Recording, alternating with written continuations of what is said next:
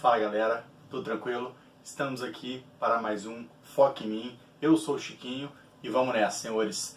Bom, esse vídeo, na verdade, é uma sequência de um vídeo sobre bioquímica celular, sobre química da vida, tá?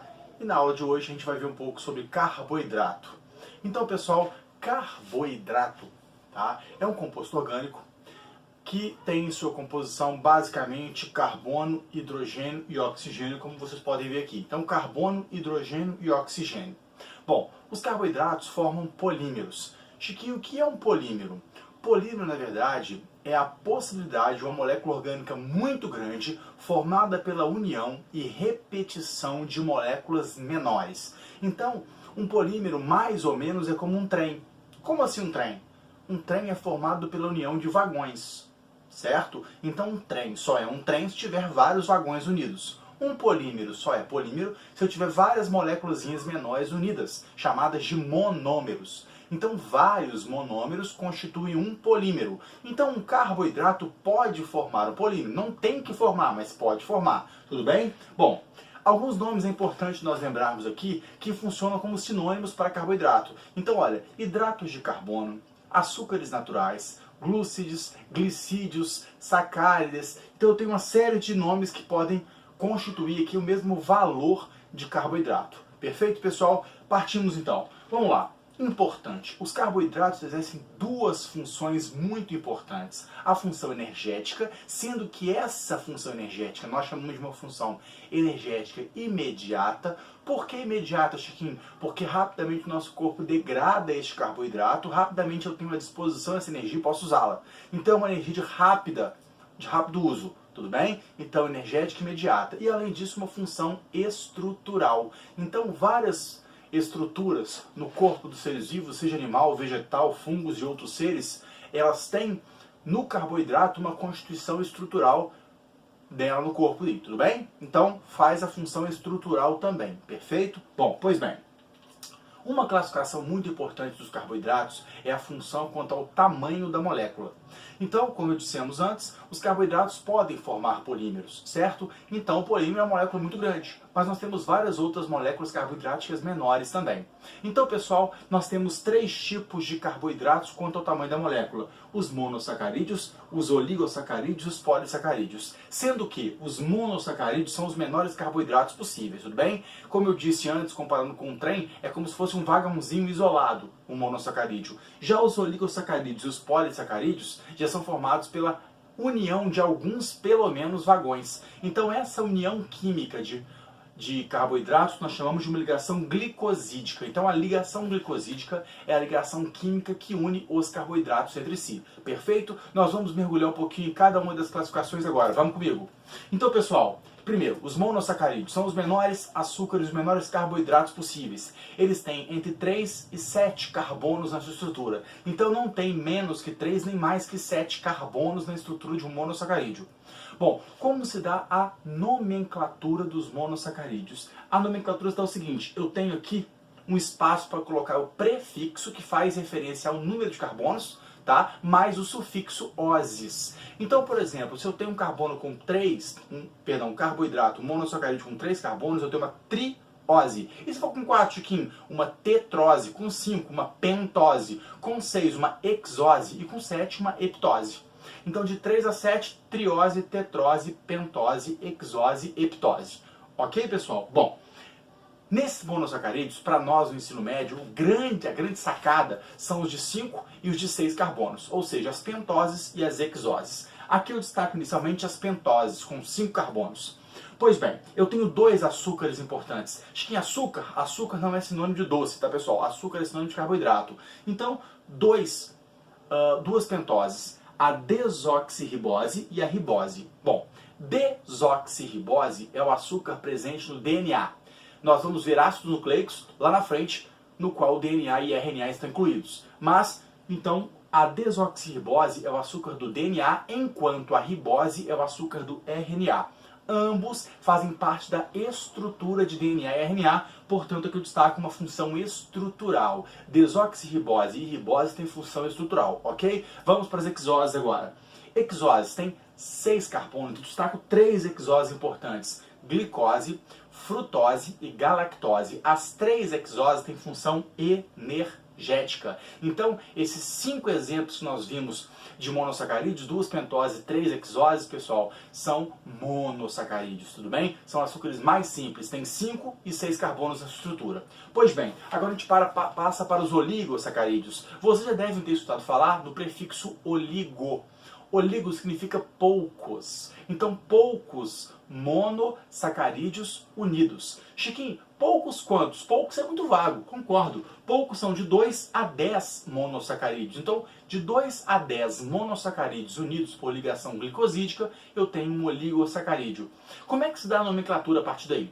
Eu tenho um prefixo também, que eu tenho um espaço vazio aqui para falar se é 2, se é 3, se é 4, se é 5 ou até 10. E seguido de sacarídeos. Não confundir com oses lá dos monossacarídeos, tudo bem? Aqui são sacarídeos. Então, se são 2 unidos, disacarídeo. Se são 3, trissacarídeos. São 4, tetrasacarídeos e por aí vai. Para nós, o mais importante grupo são os disacarídeos, com 2 monossacarídeos unidos. Pessoal, a função é energética que eles destacam. E aí, senhores senhoritas, ambos os disacarídeos importantes para nós são disacarídeos formados pela união de hexoses, de açúcar de 6 carbonos. Tudo bem? Então destaco aqui maltose, que é um açúcar composto por glicose mais glicose. Eu destaco a sacarose, que é um açúcar formado por glicose mais frutose. E por fim, a lactose, que é um açúcar formado por glicose mais galactose. Chiquinho, onde eu encontro maltose? A maltose é o açúcar dos cereais de um modo geral, tudo bem? Então, os cereais que nós comemos, os grãos que nós comemos, os cereais matinais também que você pode comer, basicamente tem maltose, a maioria deles pelo menos, tá? Sacarose. A sacarose eu destaco o açúcar das frutas, que em botânica seria mais frutos, mas por enquanto vamos usar um termo mais popular, frutas. Mas também o açúcar da cana de açúcar, que nós usamos em casa no açúcar refinado, no açúcar cristal, tudo bem? E a lactose, pessoal, é o açúcar do leite e dos derivados do leite. Tudo bem? Ok, os disacarídeos? Perfeito, então vamos aos polissacarídeos, que nós temos a classificação final dos carboidratos. Poli, como o próprio nome diz, são muitos. Então, se os oligosacarídeos são entre 2 e 10 monossacarídeos unidos, os polissacarídeos, muito óbvio, são mais de 10 monossacarídeos unidos. Por que tipo de ligação química, Chiquinho? Ligação glicosídica também, ok? Então, mais de 10. Só que os principais estão na casa de dezenas de monossacarídeos unidos. Nós destacamos no ensino médio 4 polissacarídeos. 2 de função energética e 2 de função estrutural. Perfeito? Inicio pela função energética. Nós temos o glicogênio. Senhores e senhoritas, interessante. Nós vimos já que a água tem uma característica polar.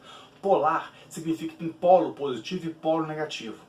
Tá? E a água serve como referência de polaridade. Qualquer outro composto que seja polar também, ele tem miscibilidade, se mistura com água. E também é chamado polar e hidrofílico, por ter afinidade com água.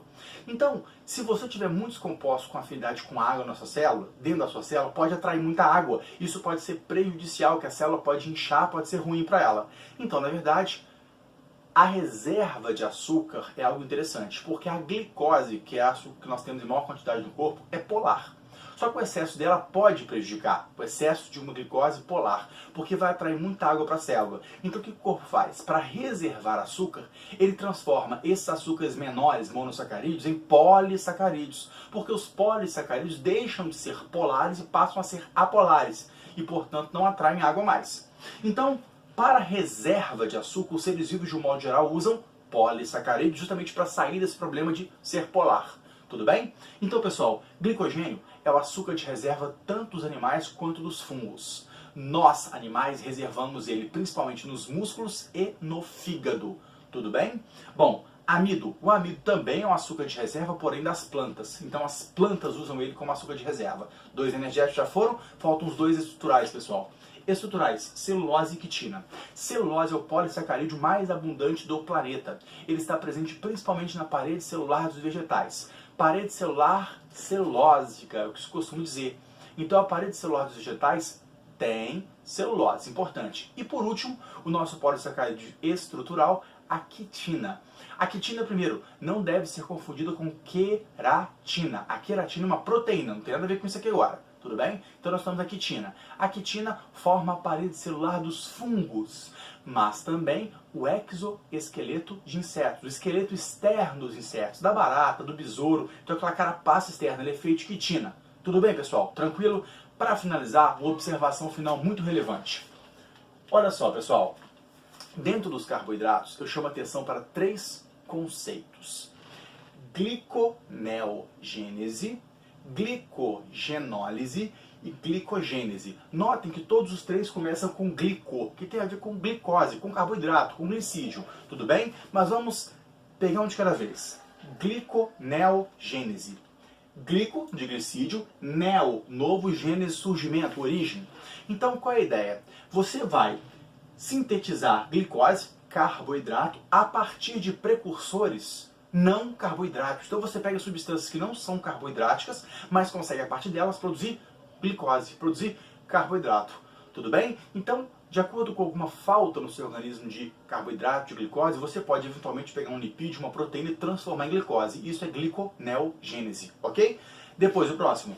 Eu tenho glicogenólise. Bom, lise vem de quebra. Então qual é a ideia? O glicogênio não é um açúcar de reserva dos animais? Sim. Quando você quebra o glicogênio para lhe fornecer glicose, você está fazendo uma glicogenólise. Tudo bem? A quebra de glicogênio liberando glicose. Chiquinho, se eu faço o contrário? Se eu pego várias glicoses e somo-as para ter um glicogênio. Opa, aí você tem uma glicogênese. Glicogênese é a confecção, a síntese de glicogênio a partir de glicose. Estamos claros, pessoal? Carboidrato eu fico por aqui. Daqui a pouquinho tem mais vídeo para vocês sobre o química celular, fechando a sequência. Beleza? Obrigado pela paciência e audiência. Um grande abraço.